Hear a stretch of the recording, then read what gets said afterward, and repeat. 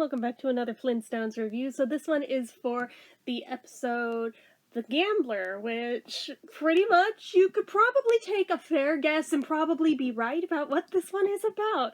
So it turns out there's some backstory with Fred that has never been touched on before this episode, but apparently Fred's got a gambling addiction problem, like, pretty bad. Like, Betty and Wilma were going through photo albums and looking like old photos and stuff, and this subject comes up, and it's like, oh, for, like, early 60s, that's kind of progressive that they even, like, acknowledged addiction being a thing, much less on a children's cartoon. Like, bro, okay.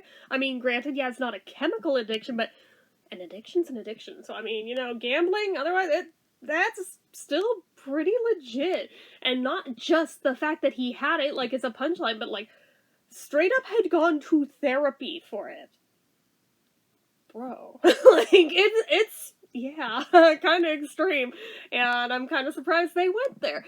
But anyway, so his issue is that, like, he was such a bad gambler, he had, like, gambled away practically everything they had at one point in time, and he had hit his rock bottom, got help, and had vowed he would never gamble again. Until, of course, Arnold the Paperboy went and derailed this. Yeah, because Fred had to either pay up for his overdue newspapers because he wanted to cancel, seeing as Arnold was late, but Arnold was late because Fred doesn't pay him, therefore why would he bother being on time? It's a vicious cycle, so Fred wanted to cancel. He said, okay, if you want to cancel, that's fine, but you're gonna have to pay back everything you owe.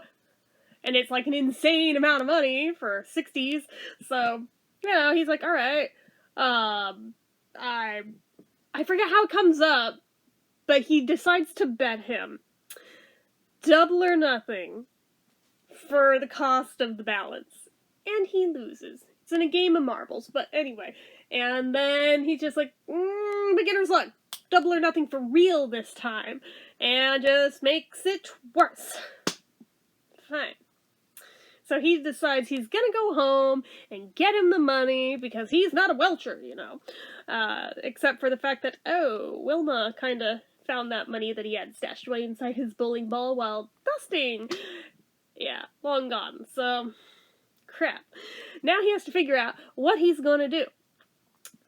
So he goes back to Arnold and tells him that, I'm not meaning to welch, but could I loan you my TV in the meantime while I get you the money? It'll be a little longer, but I'm gonna pay you. For real, I'm gonna pay you. So he lets him have the TV to put in his treehouse, or his clubhouse. And of course, Wilma notices right away the TV's missing, wants to know why the TV's missing. And of course, Fred doesn't want to tell her that he's been gambling again, and that's why the TV's gone. So he makes up this whole bogus story about loaning the TV to Arnold for his clubhouse. Because, they don't have one, and thought it'd be nice to loan him TV for a little while, you know how it is. And Wilma's like, yeah, that's great, I want it back by Friday. And of course Fred's like, how am I gonna do that? So he decides to practice with Barney. And he decides to go back and try again to gamble for the TV back. And loses some more. So this time he has to try to figure out how exactly he's gonna get the TV back to make Wilma happy.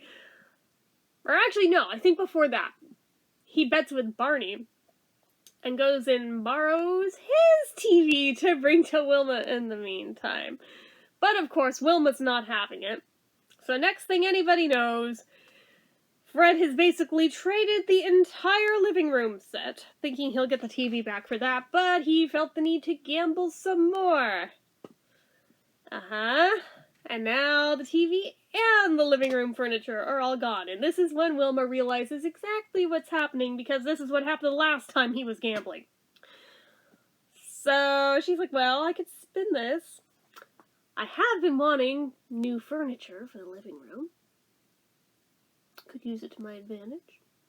Although, if he can't pay off the debt, how are you going to afford this? I don't know, but because Barney thinks he's responsible for getting Fred started again gambling, even though he's not, Betty feels like she should give Barney stashed away money to her to use for the furniture. And of course, Barney doesn't know this, so he thinks he's gonna loan Fred the money in the meantime to get his stuff back, and he'll pay him back. But of course, he goes to try and get the money, and it's gone.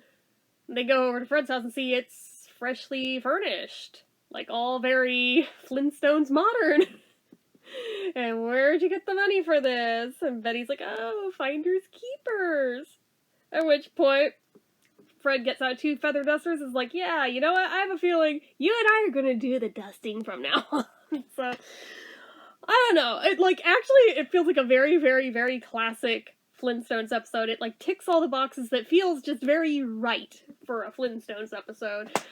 And it does have that little bit of edge of, I'm kind of impressed they went there. As a 60s cartoon, I'm really impressed, because I wouldn't have expected them to do that. But they did. They were kind of ahead of their time that way, which is ironic, given it's a show about cavemen. But, I don't know, I like this one. I personally give this one a 5 out of 5. If you've never seen it, you should totally watch it, because it's pretty good. But yeah. So, anyway. That's it for this one, guys. So, as usual, you know what to do. If you like this video, go ahead and give it a like. If you're not already and you'd like to be, click subscribe. Hit that notification bell icon so you never miss an upload. Leave comments down below. Make sure you're following my social media accounts, my Facebook fan page, my Twitter, my Instagram, my eBay, my Reddits, everything and more. It's all down below. And if you like what I do here on this channel and you'd like to help support it, the donation link, as always, is down in the description. Anyway, guys, till next time, see ya.